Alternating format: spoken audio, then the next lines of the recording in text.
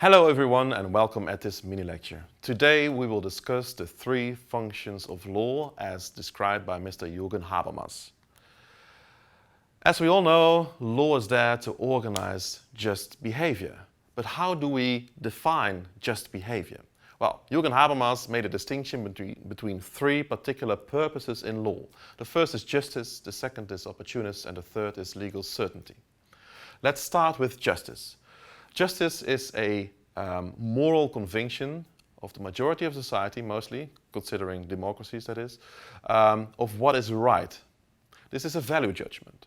So, for instance, as we've seen in the previous video, if animal beats up Miffy, we all probably feel that this is not right. This is injustice.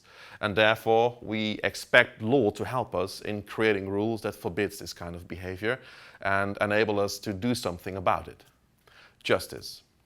However, we do not only need justice as a purpose in law. We need something else as well. Sometimes law is not necessarily an expression of a moral conviction, but it's simply just practical. We just need to make things work one way or another. For instance, the choice to adopt a law that stipulates we have to drive a car on the right side of the road or maybe the left side of the road. It doesn't really matter which side you pick as long as you pick a side. It's not necessarily a deeply rooted expression of something moral. It's just practical. Another example could be if a traffic sign is turned red, we need to stop the car, and when it's green, we can just move on. The choice of the colors is rather random and not necessarily an expression of justice. It's just practical, opportunist, that is. Sometimes even legislation is not nice. We may even feel it's unjust towards us. For instance, when we have to pay more taxes at the end of the year compared to previous year. Or maybe when we have to work longer before we can retire. These things we feel as injustice. However, to keep a society up and running, we simply have to do these things once in a while. That's also opportunist. A third element in law is legal certainty. This means as much as I can only be punished for something I could reasonably knew was forbidden at the time I committed the act.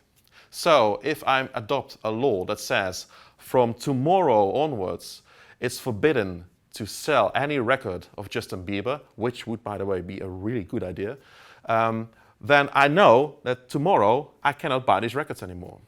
But it would be a bit strange if I would say, you know what, 3 days ago we make it forbidden to buy or sell any records of Justin Bieber. And anyone who did that the last 3 days will be put in prison. Those people had no idea that right now I can adopt this law and I make it forbidden in the past. That would be ridiculous. So legal certainty creates a situation in which I can reasonably understand what the legal consequences are when I behave in a particular manner. This is also really important in law.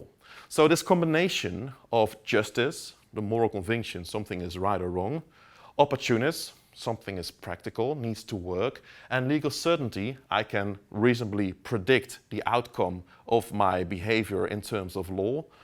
That all together creates a society in which we can organize just behavior. Thank you very much for watching.